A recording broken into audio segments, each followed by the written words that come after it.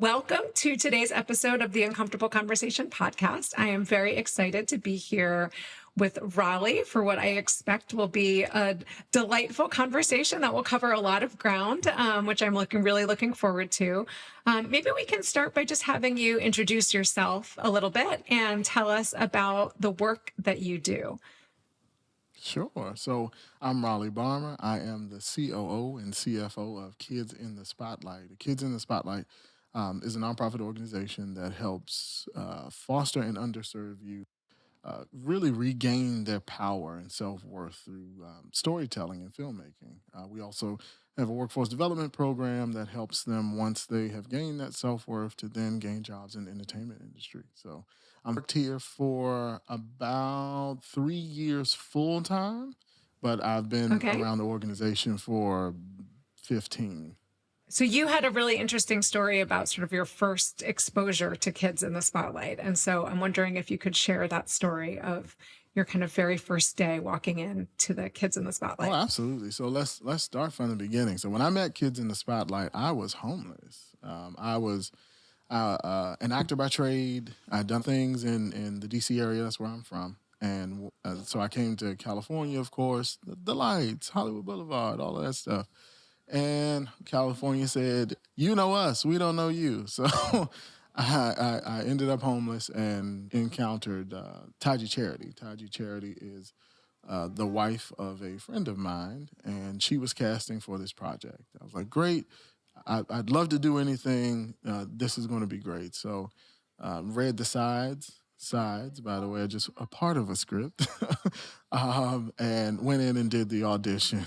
And the audition was for an abusive boyfriend. At the time, I was 20 years old. It was an 18 to look younger kind of thing. And this abusive boyfriend was both physically abusive, mentally abusive, sexually abusive. So I didn't really understand the gravity of the character because I only had a part of the script. And then after successfully going through the audition, gaining the full script, I really started to see more of the weight of the character, which Mm-hmm. again still wasn't really revealed until on set and with these youth that had written this story. Because the idea behind all of the stories and scripts at Kids in the Spotlight is the youth write them themselves. That we allow the Oh, youth to wow. tell their Yep. stories their way, and I didn't understand that. When I walked through the door, so I walked into a high school ready to play this role, ready to do this thing. And then we begin to have conversations about, some of the things that they've gone through, some of the things that I've gone through, how it relates to why they wrote the story, why the characters do the things that they do. And it really brought a different depth to the character. It also opened me up to one of the first times where I actually felt comfortable about all of the things that I've gone through, and some of the ways in which that I've experienced some of the very things that they experienced as well. So it was an eye-opening experience. So I think so you shared this with me and said that it was sort of something that you were comfortable talking about, but you Mhm. are yourself a survivor. And so Exactly. this Exactly. was this yeah, so this was and I think I'd love to sort of hear a little bit about that journey. But it's this sort of when you walked in, so you're walking in and you're actually playing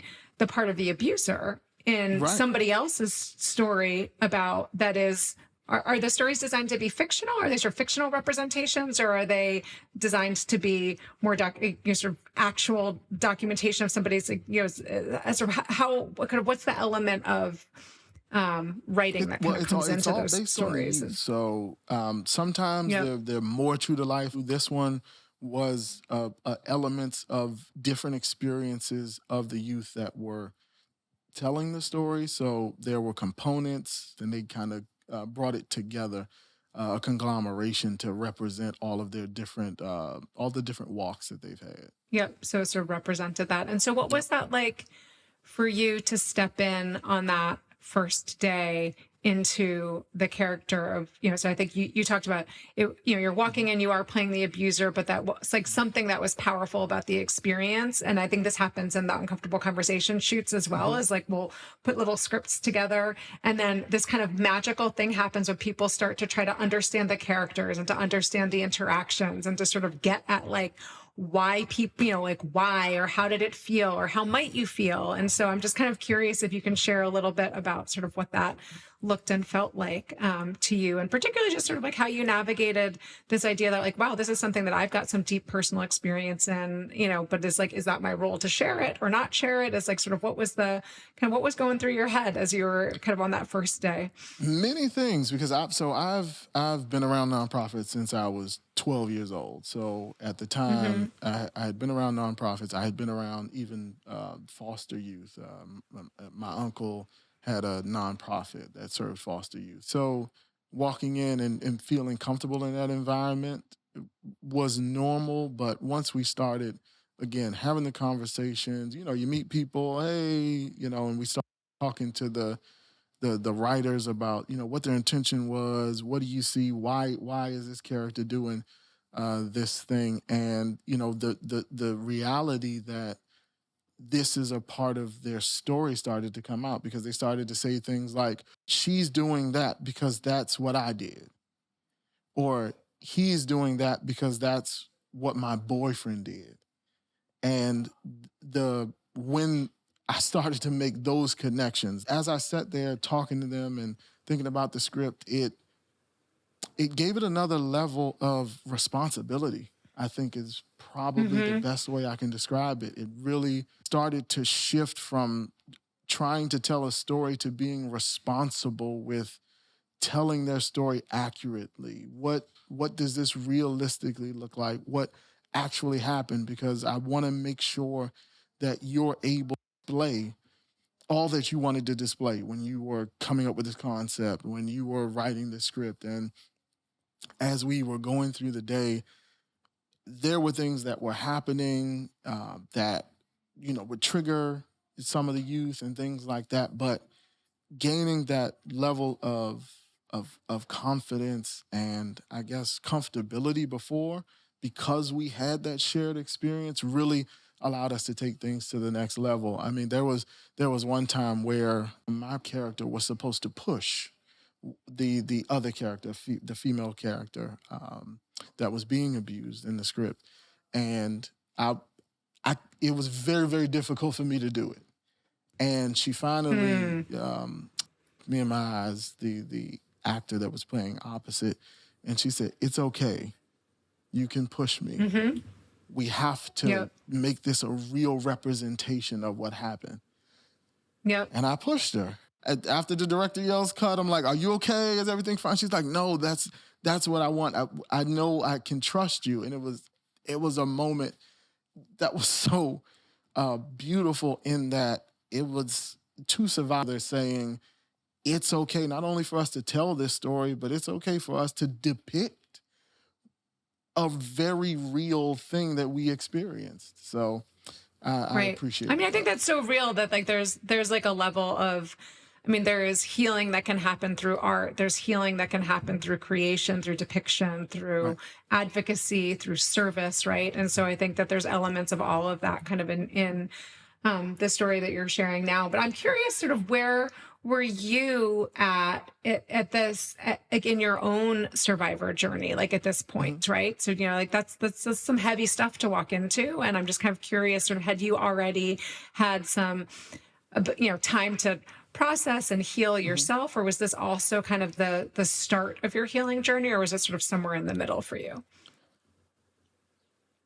So this was somewhere in the middle for me. And as much as I don't, I mean, I don't know what is a beginning, middle. What is a beginning, middle, and end? I'm going It's kind of a silly question. So I'm probably still in the middle. I'm still in the middle. Yes, here I am, also 20 years in, and I'm still in the middle. As hopefully that'll be a long middle, right? Right, exactly. So I had gotten at this point in my life when I'm going through this process, that I didn't want anyone else to be able to dictate my successes and failures, right? Because a lot of what I experienced in that sexual violence, physical violence, mental abuse journey was the always being forced to do something for someone else. It was never for me. And so if I'm 20, 21-ish at this time, about 2 years ago, 2 years before that, 3 years before that is when I finally made that decision that I want to live for me, be able to do the things I want to do. I want to be able to make the decisions for myself. If I fail, I want to have the comfort in knowing that I failed because of a decision that I made, not because of a decision I felt like somebody else was forcing me to make. And so I came into the understanding that my story is a part of that. The good, the bad, the ugly, and without acknowledging that, I can't be whole. I'm not I didn't become who I am because of or in spite of what I've gone through. It just is what it is. It's a part of the journey. So shit happens. There it is. I would say, for lack of better words, sometimes it's bad. Sometimes it's really bad. Sometimes I think it's really bad shit too. So, hello, and you're not always in control of it either. I mean, no. As I was going through this journey, and I used to beat myself up. You know, I was the problem. I didn't do something right. I made somebody mad. I should have walked away. Why you were being abused. That's why you were being abused, right? Exactly. So it was something about that. It must be me. That's why I was being abused. That's why I was in the situation I was in. And my pastor at the time actually said something to me that changed my perspective. He said, "You're beating yourself up about everything that you've gone through, but you have to realize the thought processes that you're having now are very grown-up thought processes. You were 12. You were 10. You were 14. If you saw the 14-year-old you right now, would you be mad that he's having the thought process he's having? Absolutely not. Give yourself the grace and acknowledge that you went through something that is literally it's not supposed to happen. You're not supposed to have an innate understanding. You're not supposed to have a coping mechanism for something that isn't supposed to exist. Right. These people are doing You're things supposed to, you're supposed to feel safe, right? You're supposed to feel safe in your relationships. You're supposed to have, other people worrying about their behavior and controlling their behavior. Exactly. But that goes into some of the cultural issues that exist. It goes into some of the societal issues that exist.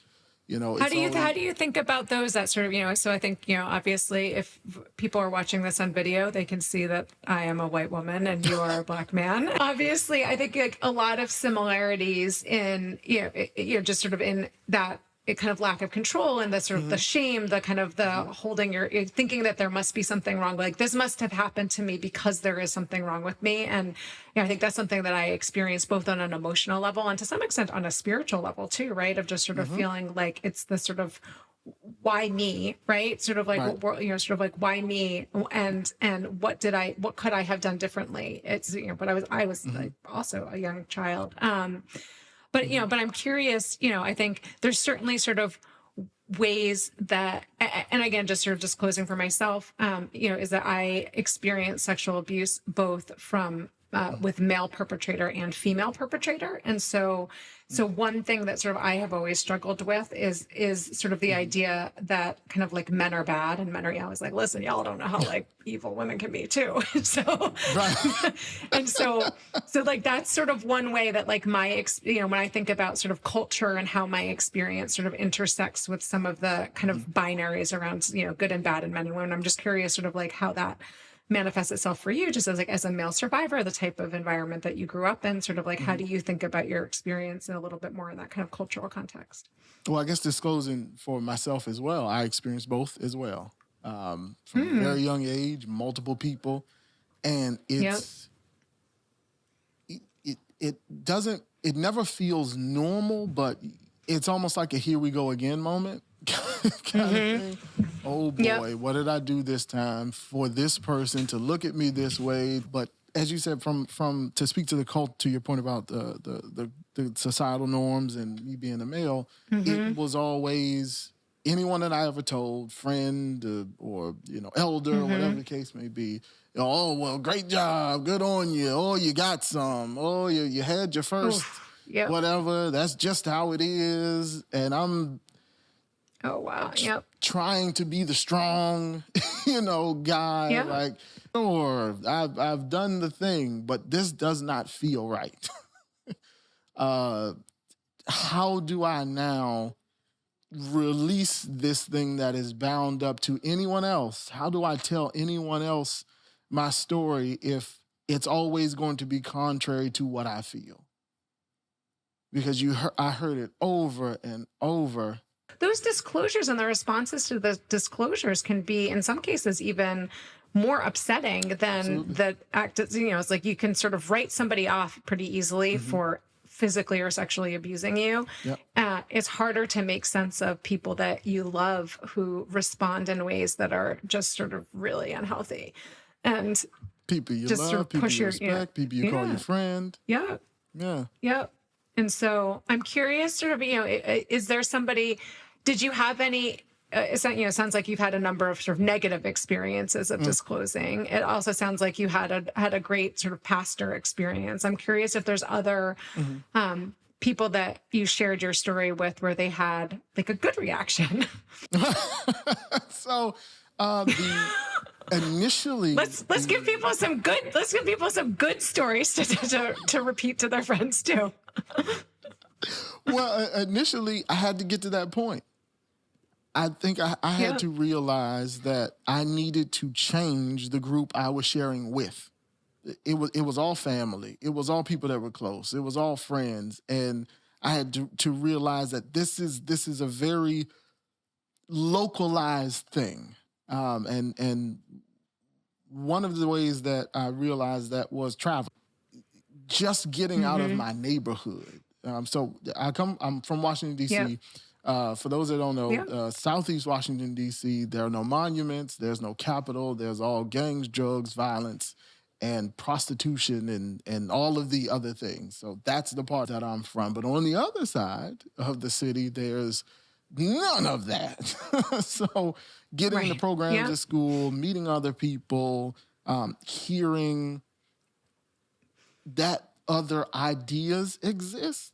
And you begin to say little things to those people. You I like to call those something. breadcrumbs. Right, there you go. You drop your breadcrumbs. All of the breadcrumbs. You allude to. You just drop. You see if they pick it up, right? Right, exactly. Exactly. So when those responses were different, I started to think, well, maybe let me go a little further and let me see if this will. They aren't responding negatively. They're supportive. That's more with the way I'm feeling. That aligns more with what I think is or isn't acceptable. And then it eventually got to the point where I had a friend that was from that area. I just began to pour out, and they were like, "Yeah, that's not normal." That was the first time I felt validated. That was the first time. That was actually just what I just wrote down. Val is that sort of idea of validation and sort of like how important validation is in that process of like learning how to trust again, right? Right. It's because you have to learn how to trust yourself first. And when somebody tells you that you are right about your own experience and that like what you are feeling is true to you, like that goes a really long way. There was a time we were in. It's the nothing leaves this house. You can't tell anybody because of the way they're going to look at you. There's there's something wrong with that, but it happens to everybody. It happens to a lot of us. When I heard thought that a lot the of first time, you didn't have it as bad as I did. Right. What? I have, I got one of those, and all I could do was walk away. Yeah. But you get it happened to most of us. Oh yeah, that happened to this person and that person. You'll know better. Why do you think Yep. it would be different for you? Yep. All of those things. And I think those kind of middling responses were the hardest to deal with, because it's almost, it's not validating how I'm feeling. It's, you acknowledge that it's wrong. You know there's something wrong with this. You know I'm feeling horrible at this point. But in that acknowledgement, you're telling me that there's nothing I can do about it. Keep it to yourself, bottle it up, just live with it. And that is absolutely ridiculous. I want to say that to anybody listening. That is absolutely ridiculous. It's false. Tell your story to somebody so it does not drive you insane. Right. One, I think it's, I think one thing that you're bringing up is that it's, if you are in in a family system, or sort of like in your case, perhaps sort of like a community system that has experienced trauma for generations, right? Yeah. So sort of if the elders in your community, as have experienced something and have clearly not healed from it to the point that they can even call that it's wrong, right? Is that sort of, how do you get yourself to a place where you can start the healing process yourself? And then also sort of like, what does that family or community healing look like? And do you or do you not want to play a role in that? And so I think sort of jumping back to the kids in the spotlight experience, sort of, you've now sort of found yourself in an environment where there is a way, perhaps not sort of in your own personal family system, but sort of like in somebody else's newly developed family system, to be able to give back in some way. And so, did you think to yourself, kind of at the time that you were getting involved in Kids in the Spotlight, of like, am I ready for this?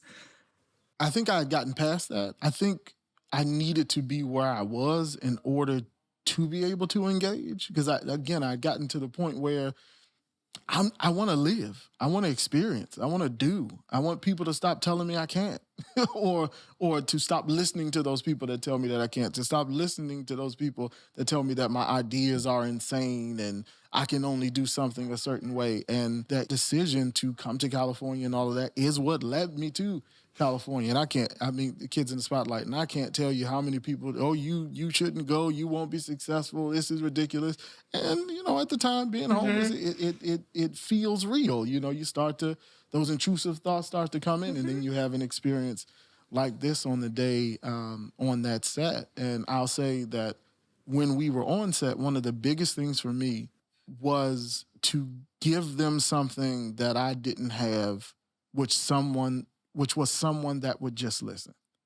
Yeah. I think the most powerful thing, the thing that I wanted the youth to go away from those moments that we had on set, was that there are people out there that you can share this with, that will keep it to themselves and will listen, but want to hear what you've gone through. Want you to know that it matters, that they care.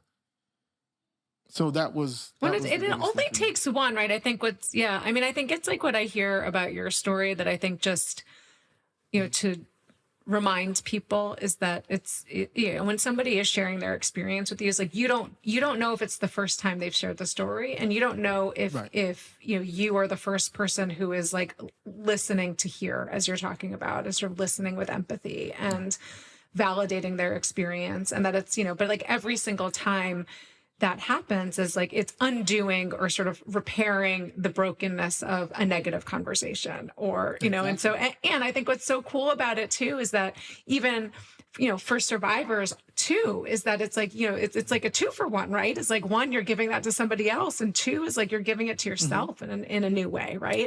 Is to be able to know, like, there's something about being like, oh, look, it's actually like not that hard to just listen and validate people. And like, there's something there's something empowering about that.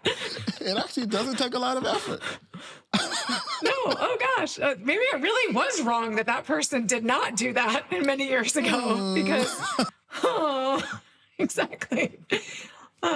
So we had a fun little exchange that I'd love to get into, because I think, Sure. there's lots of terms that fly around. This is about trauma dumping. Okay. So I think Oh, yeah. you had said something sort of a little bit facetiously just about how, it was being, you're in an environment where there's a more kind of openness to disclosure, and that it's like, how do you kind of figure out sort of how to share elements of your story? And you're like, I don't want to trauma dump. And then I'm very curious of like, let's define what does trauma dump mean now? Because some people might say that saying, hi, I'm Sarah, I'm a survivor of sexual violence. Like now I have trauma dumped on you.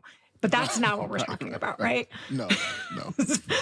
So let's dive into that as sort of like the difference between sharing the facts of your story versus dumping your trauma on somebody else. Like, how would we think about that? Sort of, because again, I think sometimes survivors get so many messages that it's like, it's not okay to sort of be who you are, to talk about who you are. And they also sometimes survivors, depending on, I'll speak for myself, is that in my healing journey, like I didn't always have like healthy boundaries about like who I shared things with. And that oversharing certainly is, a way that if you are like desperate for support is like a thing that happens. And like, you shouldn't feel ashamed about it if, if you're like, oh gosh, I like totally overshared with somebody and then I upset them. And now we're not friends in the same way that I thought we might be, or I trusted somebody too soon and shared too much with them. Is like, those are all things we have to learn, right? Especially if like you didn't really get a good training on how to trust people because of the kind of environment you grew up in. So, zero training. Like still learning. So talk to me a little bit about your thoughts on trauma dumping.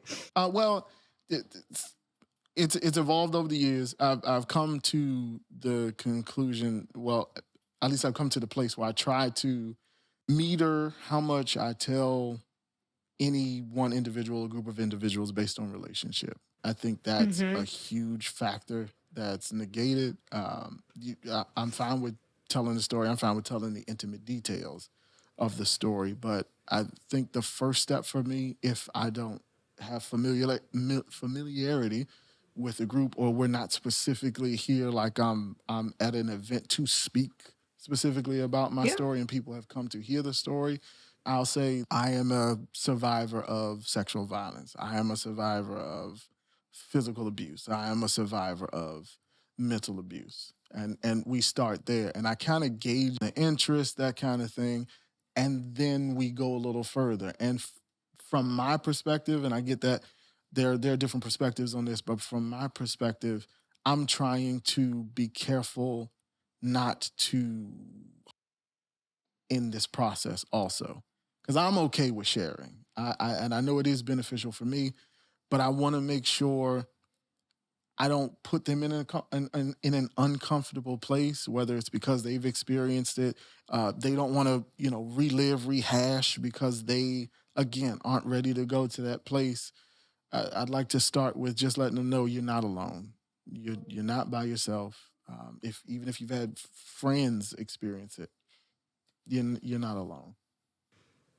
Right. No, I think a couple of things that I think about also is, what are the mutual expectations around emotional support, right? So I think it's like, I've also found myself in situations because I am a survivor that people will come and share many, many details of their experience. And so sort of sometimes with reasonable or unreasonable expectations of sort of what emotional support I might be providing in that moment, or maybe that I'm like prepared to provide like in that moment. And so, I was joking with somebody sort of about, sort of who worked in the startup world. It's like, look, if you do a startup about like laundry machines, like, it's like nobody's ever like really in an emotional crisis over like the laundry machine being broken, or like it's like your chat support is not, it's like, it looks really different. Right. And so I think part of what I've had to think about too is, like in that same way that you sort of can feel like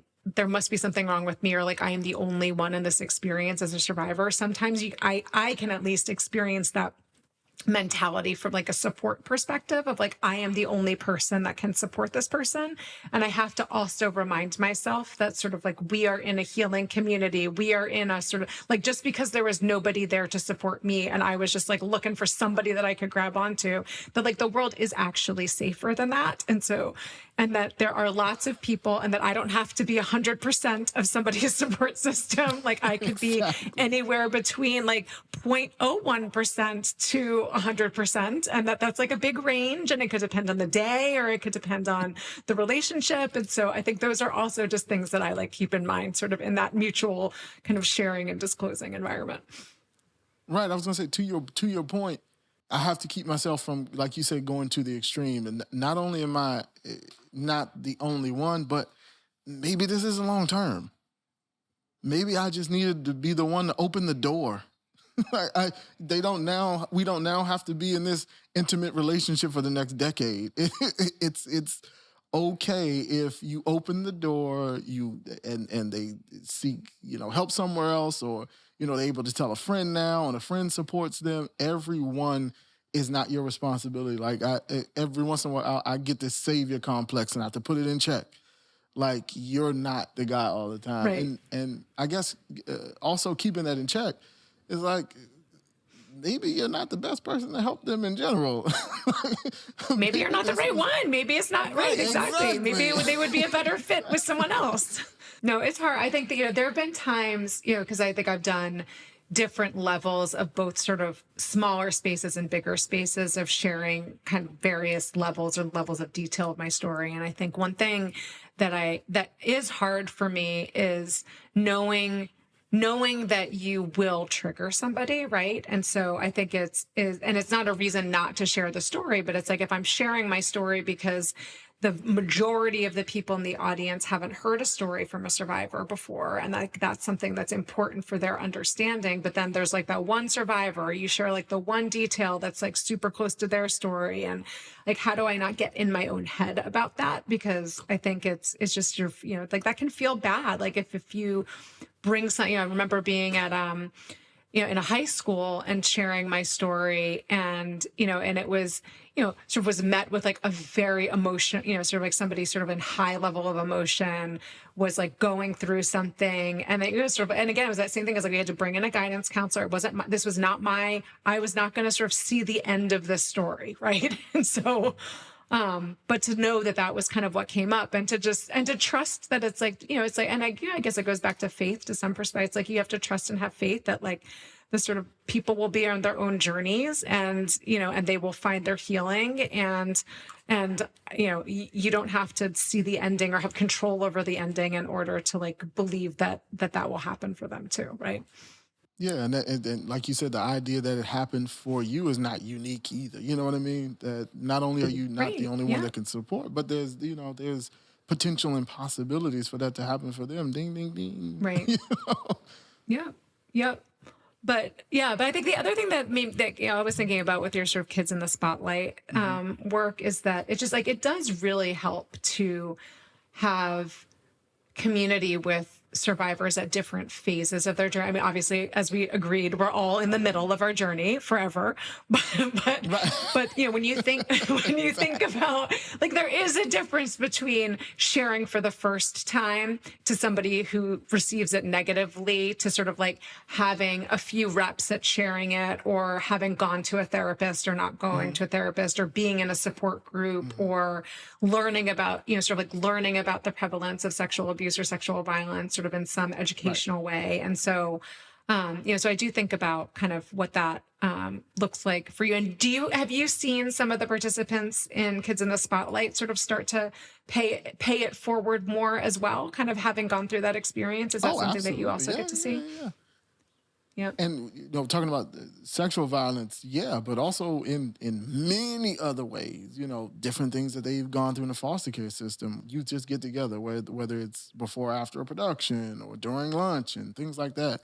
Yeah. And you start to share, and a lot of them are comfortable with sharing while I'm around, and to hear the how common some of the things they consider to be nuances before that really are. Hmm. They're like, yeah, no, that happened to you. Like actually, I was in the same place. It was the same person. I didn't realize you got sent to the same. It's Oh, wow. once you Yep. start sharing, it always amazes me how common a lot of our experiences in life are. That is real. And on the topic of sexual violence, it's also very sad, Mhm. right? And so, so I think Oh it's yeah. how do we get get to a place where if we are going to be the elders in our community moving forward, is like how do we kind of create that space where we can prevent something like that from happening or stop it sooner or not allow it to cause the ripple effects of harm in somebody's life or in their communities. But I'm curious, Sure. if you could go back to your younger self, what Mhm. conversations would you have with him? And what would you want him to know? None of this affects who you are. It Hmm. doesn't make you any less than. It doesn't make you any less worthy. It doesn't make you any less Hmm. capable.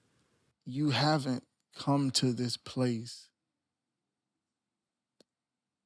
for it to break you.